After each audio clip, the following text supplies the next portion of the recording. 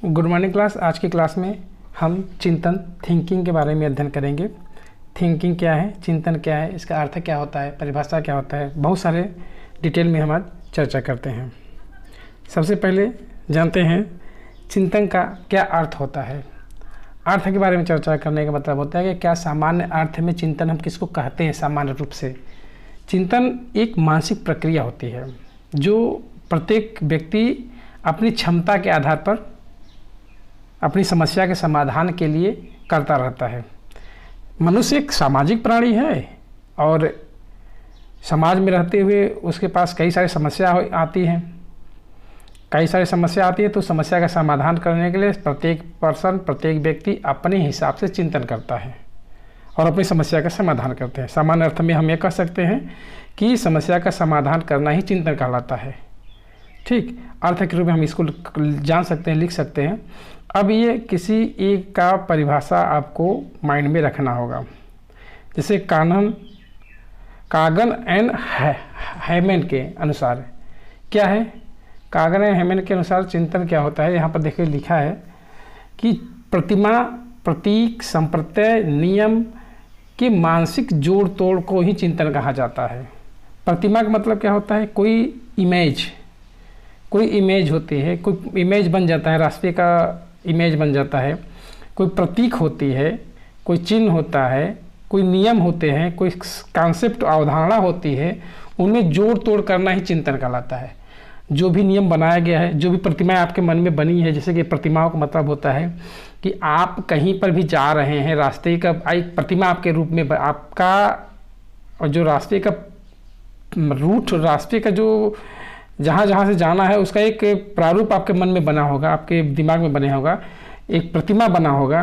तो उस प्रतिमा में हम जोड़ तोड़ करते हैं, ऐसे नहीं ऐसे चलना है, ऐसे नहीं ऐसे चलना है कहते हैं। तो उसको हम जब जोड़ तोड़ करते हैं तो क्या करते हैं, चिंतन करते हुए हम कहते हैं। प्रतीक कोई चिन्ह हुआ है तो उसमें हम जोड़ तोड़ करते हैं। संप्रत्यय कोई अवधारणा बन गया है उसमें जोड़ तोड़ करते हैं। कोई नियम कानून बना है उसमें जोड़ तोड़ करते हैं। ये एक मानसिक प्रक्रिया होती है। ठीक है, अब आगे नेक्स्ट है रास के अनुसार। ये परिभाषा आप अपने मन में रखिए, ये सरल भी है। एक परिभाषा आपको लिखना होगा, इसको ध्यान से मन में रखे रहिएगा, याद रखिएगा। क्या होता है कि चिंतन एक मानसिक क्रिया है। चिंतन एक मानसिक क्रिया है जो ज्ञानात्मक पहलू, यहाँ से एक चीज़ है, चिंतन एक ज्ञानात्मक पहलू, ये इंपॉर्टेंट चीज़ है। चिंतन ज्ञानात्मक होता है, भावनात्मक होता है, क्रियात्मक होता है। तो यहाँ पर आपका है कि एक चिंतन जो होता है ज्ञानात्मक पहलू होता है, संज्ञानात्मक पहलू। चिंतन जब भी होगा तो संज्ञान से होगा। संज्ञान क्या है, ज्ञानात्मक पहलू होता है। ठीक, याद रखना इस चीज़। अब आगे चिंतन की विशेषताएं के बारे में बात करें। चिंतन की कौन कौन सी विशेषताएं होती है, चिंतन की विशेषताएं क्या है। चिंतन की विशेषताएं के रूप में देखें तो चिंतन पहले ही बता दें, चिंतन एक मानसिक प्रक्रिया है। चिंतन एक मानसिक प्रक्रिया है जो सभी प्राणियों में, जो सभी मनुष्य में पाया जाता, सभी प्राणियों में पाया जाता है। ठीक, अब चिंतन सदैव लक्ष्य की ओर उन्मुख होता है। चिंतन लक्ष्य की ओर उन्मुख होता है। सबसे पहले कि चिंतन जो भी होता है, कोई समस्या जब आएगी तभी आप चिंतन करेंगे। जब समस्या आएगी तो उसके समाधान के लिए आप कोई ना कोई लक्ष्य निर्धारित करेंगे हैं। तब जब लक्ष्य निर्धारित करेंगे तो इसका मतलब हो कि आप उसको लक्ष्य के उन्मुख कर रहे हैं, सामने लक्ष्य है आपका। सदैव लक्ष्य होता है। चिंतन के प्राप्त करने के लिए, चिंतन करने के लिए अपने लक्ष्य को निर्धारित किया जाता है, लक्ष्य उन्मुख होता है, इसलिए इसको लक्ष्य उन्मुख कहा गया है। अब नेक्स्ट थर्ड पॉइंट है, चिंतन के मूल तत्व मानसिक प्रतिमा, तर्कणा, निर्णयन और समस्या समाधान से संबंधित है। ये है क्या क्या कौन कौन से इसमें आते हैं, मानसिक प्रतिमा, तर्कणा, निर्णयन और समस्या समाधान। ये सब जब भी आता है तो चिंतन में ये सब चीज़ प्रक्रिया होती रहती है। ठीक, आगे चिंतन हमेशा क्या है, चिंतन हमेशा सम्मिलित होता है। क्या सम्मिलित होता है, प्रतिमा, चित्त, प्रतीक और भाषा। और भाषा से ही समस्या से स्टार्ट होता है। भाषा अगर नहीं रहेगी तो चिंतन नहीं हो सकता है। ठीक, भाषा बहुत ज़रूरी होता है चिंतन के लिए। ठीक, अब आगे चिंतन में गत अनुभूति शामिल होता है। जितना बढ़िया चिंतन जो अनुभव पर्सन होंगे वह चिंतन बहुत अच्छे से कर लेंगे, और जिसके पास जितना अनुभव ज़्यादा होगा उतना ही अच्छे से वो चिंतन कर लेगा। जैसे कि पियाजे ने बोला था ना कि बच्चे में और वयस्क में चिंतन मात्रा में समान होते हैं लेकिन प्रकार में भिन्न होते हैं। जितना हम बड़े लोग चिंतन करते हैं उतना छोटे लोग भी चिंतन करेंगे, लेकिन अनुभव जिसके पास ज़्यादा होगा वह उनके प्रकार में चिंतन भिन्नता रहेगी, वह अच्छे से और चिंतन कर सकता है, उसका समाधान अच्छे से निकाल सकता है। तो है यहाँ पर भी वही बात है कि अनुभव जिसके पास शामिल होता है उसमें चिंतन आंतरिक रूप से मानसिक प्रक्रिया, जिसके पास अनुभव अच्छा होगा वो अच्छे से चिंतन भी करेगा। और चिंतन क्या होता है, एक मानसिक प्रक्रिया, आंतरिक मानसिक प्रक्रिया होती है जो कि बाह्य रूप से अपने व्यवहार को अनुमान लगाया जाता है, उसके जो कि उसके व्यवहार में परिवर्तन किया जाता है, उसके व्यवहार से अनुमान लगाया जाता है कि कौन कैसे चिंतन कर रहा है तो उसके व्यवहार से ही हम पता कर सकते हैं। जैसे कोई शांत होकर के कोई शब्द या कोई थिंक या कोई घटना सोच रहा है तो सामने वाले व्यक्ति तुरंत समझ सकता है कि हाँ कोई गहन चिंतन कर रहा है। हाँ, प्रेजेंट टाइम है वहाँ पर लेकिन है नहीं यहाँ पर, सोचता कुछ और है, तो वहाँ पर उसके व्यवहार से ही हम पता कर सकते हैं कि चिंतन कर रहा है कि नहीं कर रहा है। और नेक्स्ट, चिंतन का प्रारंभ समस्या से होता है। चिंतन का प्रारंभ समस्या से, जब समस्या ही आएगी आपके सामने तभी आप चिंतन करेंगे, समस्या नहीं रहेगी तो चिंतन क्यों करेंगे। समस्या के समाधान के लिए ही चिंतन किया जाता है। ठीक, अब इम्पोर्टेंट टॉपिक आपको यहाँ पर आता है कि चिंतन के प्रकार।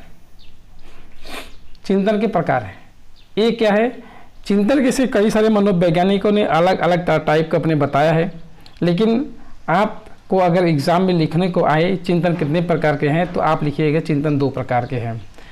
और लिबार्डो और रुक के अनुसार होता है कि चिंतन 2 प्रकार के होते हैं। कौन कौन से, स्वली चिंतन, ऑथेंटिक थिंकिंग और यथार्थ रियलिस्टिक थिंकिंग, यथार्थ चिंतन, ये 2 प्रकार के होते हैं। पहला है स्वली चिंतन का होता है, ये दिवा स्वप्न है, अपनी इससे मतलब कोई समस्या का समाधान इसमें किसी समस्या का समाधान इसमें नहीं होता है। एक शब्द में वह चिंतन जिसमें समस्या का समाधान नहीं होता है उस चिंतन को क्या कहते हैं, स्वली चिंतन कहते हैं। काल्पनिक चिंतन इसको कहते हैं, जो अपनी कल्पना के थ्रू, कल्पना के द्वारा हम चिंतन करते रहते हैं। घर पे बैठे रहते हैं, अभी सोचने लगे कि हाँ मेरा सी-टेट हो जाए, सुपर टेट हो जाए, एक ज्वाइनिंग लेटर मिल जाए तो क्या का होगा, एक अच्छे से बाइक खरीदेंगे, घर बनाएंगे, शादी करेंगे वगैरह वगैरह, बहुत सारे थिंकिंग करने लगते हैं। तो ये अपनी वास्तविक दुनिया से कोई मतलब नहीं है, बस ये दिवा स्वप्न के रूप में है। ये स्वप्न में जो आते हैं, स्वप्न होता है कि हम ऐसा ऐसा करने लगते हैं, ये सपने सजाने के लिए ये है थिंकिंग, लेकिन ये वास्तविकता से नहीं है, रिलेटेड नहीं है, वास्तविकता में यहाँ पर होता नहीं है। तो ऐसे चिंतन को हम क्या कर रहे हैं, स्वली चिंतन, ऑथेंटिक थिंकिंग। अब ये यहाँ पर है कि इससे यथार्थ से कौन मतलब नहीं है थिंकिंग का, इससे समस्या का समाधान नहीं होता है। याद रखना, ये चीज़ याद रखना, समस्या का समाधान इस थिंकिंग से नहीं होता है। तो समस्या का समाधान कौन से थिंकिंग से होता है, समस्या का समाधान यथार्थ रियलिस्टिक थिंकिंग से होता है। आगे है, अब ये क्या है, यथार्थ थिंकिंग की जो होता है ये होता है कि जो वास्तविक रूप से होता है। जब कोई समस्या आती है तो उसके समाधान के लिए उसके जोड़ तोड़ करते हैं, आखिर क्यों ऐसा हो रहा है, ऐसे अगर नॉलेज लेते हैं तो वो यथार्थ थिंकिंग कहलाता है। देखिए इसमें लिखा क्या है, इसका संबंध वास्तविकता से होता है, वह समस्या के समाधान निहित होता है। जैसे गाड़ी बंद हो जाने पर आप सोचना कारण मतलब सोचते लगते क्यों बंद हुआ है, उसके जाकर के उतर के गाड़ी को देखते हैं कि हाँ क्यों बंद हुआ है, टायर पंचर, ट्यूब पंचर हो गया है, इंजन खराब हो गया वगैरह, बहुत सारा प्रक्रिया करते रहते हैं। तो यहाँ पर वास्तविकता में जाकर के देखते हैं कि हाँ रियलिटी है क्या। हम थिंकिंग कर रहे हैं कि हमको समस्या है, मेरे पास पैसे है तो पैसे की कमी है, तो कुछ ना कुछ हम क्रिया करेंगे, कोई ना कोई एक्टिविटी करेंगे, कोई ना कोई काम करेंगे तो हमको पैसा मिलेगा। कौन सा काम करेंगे, ये थिंकिंग करेंगे। सुपर टेट सब क्वालिफाई करने के लिए हमको इस तरह से करेंगे। तो अब ये सब जो वास्तविकता में आप करेंगे तब वो वास्तविकता, और सिर्फ सोचना ही तो वो वास्तविकता में नहीं आएगा, तो वह सॉलिड चिंतन के रूप में। अगर उसको आप करेंगे तब रियलिस्टिक थिंकिंग के अंतर्गत आएगा। हम कदापि नहीं कह रहे हैं कि आप स्वप्नों में ही सजाए रखो कि हाँ टेट पास करने के बाद, सुपर टेस्ट पास करने के बाद हमको जॉइन लेटर मिल जाएगा और ऐसे ऐसे सब करेंगे। ये हकीकत में भी हो सकता है, लेकिन हकीकत में करने के लिए आपको प्रैक्टिस करना पड़ेगा, मेहनत करना पड़ेगा, इस तरह से पढ़ना पड़ेगा कि क्यों नहीं हो रहा है, मुझे क्या नहीं आ रहा है, उस पर आप एनालिसिस करिए और उसके बाद उसको जा करके समझिए, वास्तविकता में आइए, तब उस इससे ऐसे थिंकिंग को हम क्या कहेंगे, रियलिस्टिक थिंकिंग करते हैं। ठीक, अब इसमें क्या है, अब थिंकिंग के बारे में हमको बताइए, दो टाइप का थिंकिंग हुआ, लेकिन इसमें आप वास्तविकता का जो थिंकिंग है, रियलिस्टिक थिंकिंग है, इसमें कई सारे टर्म्स होता है, कई सारे प्रकार इसके अंतर्गत आ जाते हैं, जो कि अपसारी चिंतन होता है, अभिसारी चिंतन होता है, आलोचनात्मक चिंतन होता है। ये सब अभी एक एक करके चलते रहते हैं। ये क्या है, वास्तविकता यथार्थवादी चिंतन के अंतर्गत 3 प्रकार के हैं। ठीक, अब यहाँ पर क्वेश्चन आ जाए कि अपसारी चिंतन कौन लाया है, किसकी अवधारणा है, तो गिलफोर्ड की है। ठीक, गिलफोर्ड के जो बुद्धि परीक्षण है उसमें से संबंधित है, यह बुद्धि परीक्षण से लिया गया है यह। तो इसमें क्या है कि अपसारी चिंतन क्या होता है, अपसारी चिंतन के अंतर्गत हम देखेंगे तो ऐसा चिंतन जो एक शब्द में आंसर न निकले, कई सारे आंसर हो इसके। अब देखो, जैसे अपसारी चिंतन का मतलब होता है कि यह एक सामान्य अर्थ में देखते हैं कि अगर हम एक विचार को ला रहे हैं, यहाँ पर अपसारी चिंतन है। अगर हम चिंतन कर रहे हैं तो यहाँ से एक प्रश्न हमसे पूछा गया, एक प्रश्न, तो इसके हम कई सारे जवाब दे रहे हैं, कई सारे जवाब हो रहा है, तो वो क्या है, वो अपसारी चिंतन के अंतर्गत आ रहा है, अपसारी चिंतन के अंतर्गत आ रहा है। ठीक, अब इसको क्या कहें, एक क्वेश्चन का जवाब हम कई तरीके से दे सकते हैं, तो अपसारी चिंतन आता है। अब यहाँ पर आपको क्वेश्चन आता है कि सृजनात्मकता का विकास करने के लिए कौन सा थिंकिंग की आवश्यकता होगी, तो आपका जवाब होगा अपसारी चिंतन। ठीक, अब इसके अंदर क्या है, इसको हम थोड़ा देखते हैं कि यह निगमनात्मक चिंतन भी कहा जाए, इसे अपसारी चिंतन को निगमनात्मक चिंतन भी कहा जाता है। जैसे जब किसी व्यक्ति के सामने कई समस्या रखी जाती है, तो समस्या के समाधान के लिए व्यक्ति अनेक कल्पना शक्ति का अपने कल्पना शक्ति से सृजनात्मकता का प्रयोग करता है, अपने कल्पना शक्ति से किसी न किसी समस्या का समाधान करता है। अब क्या करता है, उस समस्या के समाधान के लिए अधिक हल प्रस्तुत करता है। एक समस्या है, उसके कई सारे समाधान निकाल देता है। तो ऐसे चिंतन को क्या कहा जाता है, अपसारी चिंतन। एक शब्द में, एक लाइन में, यह निगमनात्मक चिंतन होता है। निगमनात्मक चिंतन का मतलब होता है क्या, सामान्य से विशिष्ट की ओर, नियम से उदाहरण की ओर। ठीक, अब इसमें क्या होता है कि एक समस्या होता है, उसमें हम कई सारे समाधान निकाल लेते हैं, कई सारे इसका सलूशन निकाल लेते हैं, तो ये अपसारी चिंतन के अंतर्गत आता है। अब मतलब फैलाव होता है, ऊपर की ओर फैलाव, एक विचार को हम कई सारे विचार के रूप में व्यक्त कर सकते हैं। अब ये यहाँ से नहीं समझ में आएगा तो इस उदाहरण से हम समझने की कोशिश करते हैं। जैसे अपसारी चिंतन के अंतर्गत क्या होता है, जैसे एक शिक्षक विद्यार्थी से प्रश्न पूछता है कि यदि तुम्हारे पास पंख होते तो तुम क्या करते, क्या करता। इसका जवाब हर व्यक्ति का अलग अलग होगा। जैसे हम आपसे पूछे, अगर आपको प्रधानमंत्री बना दिया जाए तो आप भारत में कौन कौन सा विकास करेंगे, प्रत्येक लोगों का अपना अलग अलग विकास के बारे में चर्चा करेंगे, अलग अलग विकास करेंगे। कोई शिक्षा को लेकर विकास करेगा, कोई राशन को लेकर विकास करेगा, कोई गरीबी को लेकर विकास करेगा, कोई हॉस्पिटल को लेकर के विकास करेगा। हर लोगों का अपना अपना पहलू होगा। तो इसके कई सारे शब्द समाधान हो सकते हैं। कोई ऐसा नहीं है कि कोई गलत है, सब सही है अपने स्तर पर। तो यहाँ पर जो होता है कि एक प्रश्न के उत्तर कई सारे पहलुओं से हम देख सकते हैं। ठीक, इसका कोई सटीक उत्तर नहीं होता है। अब आगे देखिए, इसमें देखिए इस प्रश्न का कोई सटीक उत्तर नहीं होता है, अतः इस ऐसी स्थिति में बालक अपने बारे में कल्पना करेगा और अपने विचार को प्रस्तुत करेगा। ठीक, अपसारी चिंतन के बारे में हमने अपने आपको बताया, आशा है समझ में आ गया होगा। एक शब्द में अपसारी चिंतन एक समस्या के समाधान को कई सारे समाधान, एक समस्या को कई सारे समाधान निकाल देते हैं, एक समस्या से कई सारे समाधान निकाल देते हैं, एक सवाल को कई सारे तरह के हल कर सकते हैं। एक सवाल को, एक मैथ का सवाल हो उसको एक ही तरह से नहीं, कई सारे नियम कानून लगा कर कई सारे नियम से वह हल कर सकते हैं। अब देखते हैं इसमें इंपॉर्टेंट क्या टॉपिक है। इसमें अपसारी चिंतन में कुछ महत्वपूर्ण बिंदु है। इसमें क्या क्या है, आता है question, out of box thinking किसे कहा जाता है? आउट ऑफ बॉक्स थिंकिंग अपसारी चिंतन को कहा जाता है। क्यों? क्योंकि आउट ऑफ बॉक्स, कोई बॉक्स है इसके आउट में जाकर के थिंकिंग कर रहे हैं हम, कई सारे समाधान कर रहे हैं ना, इसके अंदर में रह करके हम नहीं सोच रहे हैं, कई सारे बाहर जाकर के सोच रहे हैं, इसके अंदर में नहीं।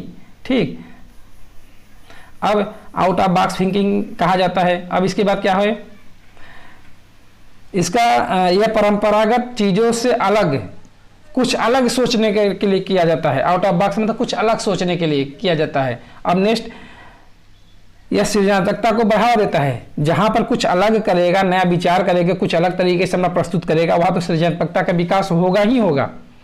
एक क्वेश्चन यहाँ पर, सृजनात्मकता के विकास के लिए कौन सा थिंकिंग होना चाहिए? अपसारी चिंतन होना चाहिए, ये याद रखना अपने माइंड में। ठीक, नेक्स्ट,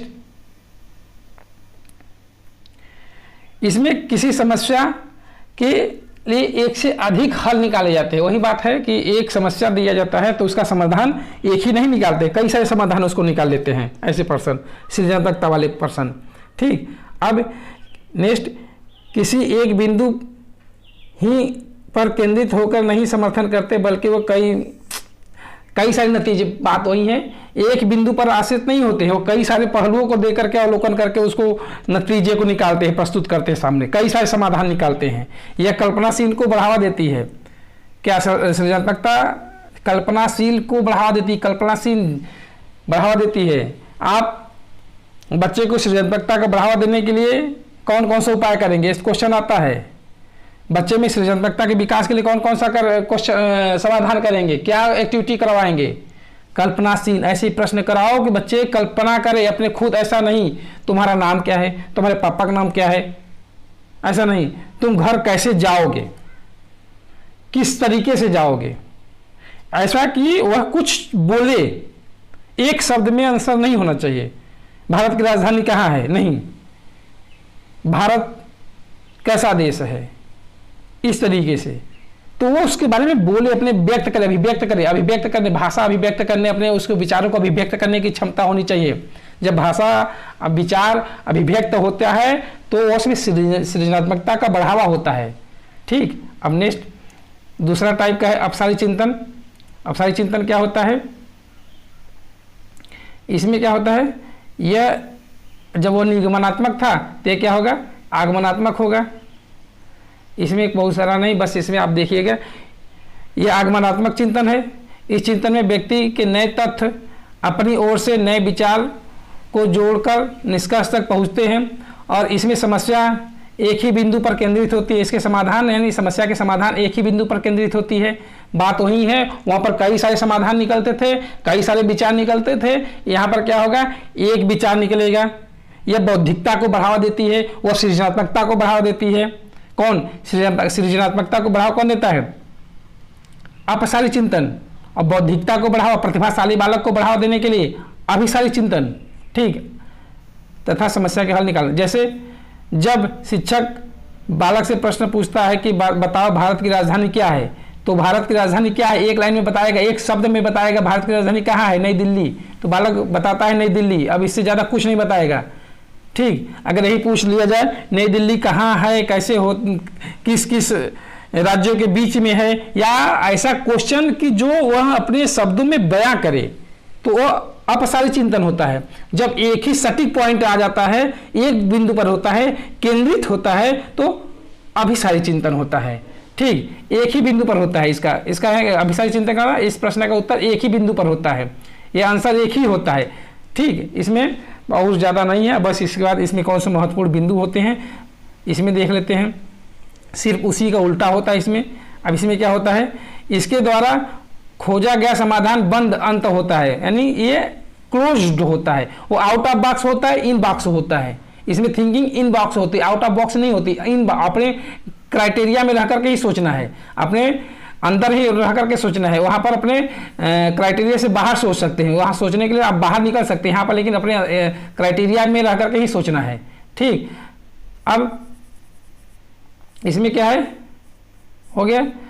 अब इसमें है नेक्स्ट, यह बुद्धि को बढ़ावा देता है। बुद्धि को बढ़ावा देने का मतलब क्या है, यह बुद्धि को बढ़ाने, प्रतिभाशाली बालक की बुद्धि लब्धि क्या है 140 होती है प्रतिभाशाली बालक की, तो ये बुद्धि को बढ़ावा देता है। तो यह कह सकते हैं कि प्रतिभाशाली बालक को बढ़ावा दिया जाता है। क्वेश्चन यहाँ पर इंपॉर्टेंट है, प्रतिभाशाली बालक को बढ़ावा देने के लिए कौन सी थिंकिंग की आवश्यकता होती है। सृजनात्मकता बालक के बढ़ावा देने के लिए कौन सा थिंकिंग की आवश्यकता होती है। बौद्धिकता के लिए बढ़ावा देने के लिए कौन सा थिंकिंग की आवश्यकता होगी। क्रिएशन के लिए कौन सा थिंकिंग की आवश्यकता होती है। सृजनात्मकता के लिए कौन सी थिंकिंग की आवश्यकता होती है। तो ये आपको पता होना चाहिए। बौद्धिकता के लिए, प्रतिभाशाली बालक के लिए अभिसारी चिंतन। ठीक, इसमें गति होती है, अर्थात इसके द्वारा शीघ्र समाधान प्रस्तुत किया जाता है। तुरंत एक शब्द में इसका एक लाइन में जैसे क्वेश्चन किया गया उन आंसर तुरंत आ जाता है। इसमें समझने के लिए बहुत ज़्यादा टाइम की आवश्यकता नहीं होती। जैसे आपको बोला जाए कि आपको अगर पीएम बना दिया जाए तो कौन कौन से भारत के समस्या का समाधान करेंगे, तो आपको थोड़ा टाइम लगेगा खोजने के लिए हम कौन कौन सा कर सकते हैं, हमारे लिए कौन कौन सा उचित होगा। लेकिन अगर कह दिया जाए कि उत्तर प्रदेश की राजधानी क्या है, तो आप इसमें सोचेंगे नहीं, आपके मन में है, बौद्धिक स्तर से है, आप तो लखनऊ तुरंत बता देंगे, है तो तुरंत प्रस्तुत कर देंगे। इसमें आपको थिंकिंग करने की बहुत ज़्यादा आवश्यकता नहीं है। इसके बाद इसके द्वारा खोजे गए समाधान अधिक शुद्ध होते हैं। इसमें क्वेश्चन जो होते हैं गलत है तो गलत है, सही है तो सही है, मतलब शुद्ध है, तो विश्वसनीयता इसमें ज़्यादा होती है। ठीक, विश्वसनीयता इसमें ज़्यादा होती, क्यों? क्योंकि भारत की राजधानी कहाँ है, नई दिल्ली, तो यही है ना, और कुछ है, इसमें विश्वसनीय है। और किसी अवसायी चिंता से पूछा जाए भारत मतलब तुम प्रधानमंत्री बन जाओगे तो क्या क्या करोगे, हो सकता है कुछ और करने लगे हुआ, गलत काम करने लगे, सही काम करने लगे, तो उसकी विश्वसनीयता थोड़ी कम होती है। वो कर पाएगा कि नहीं कर पाएगा वो बहुत सारा मैटर है। लेकिन यहाँ पर भारत की राजधानी नई दिल्ली है तो है, ये विश्वसनीयता इसकी ज़्यादा होती है। किस थिंकिंग की?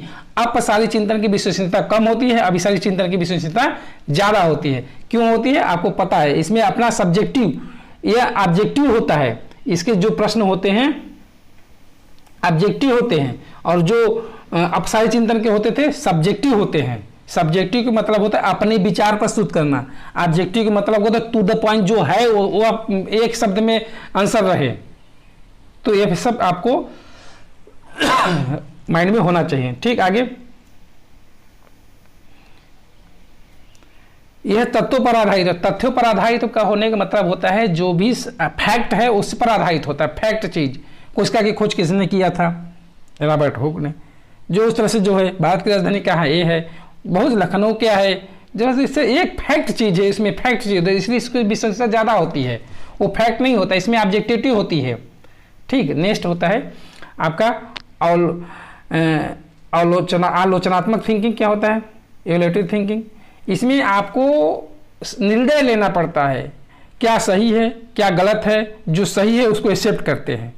गुण दोष को पहचान किया जाता है।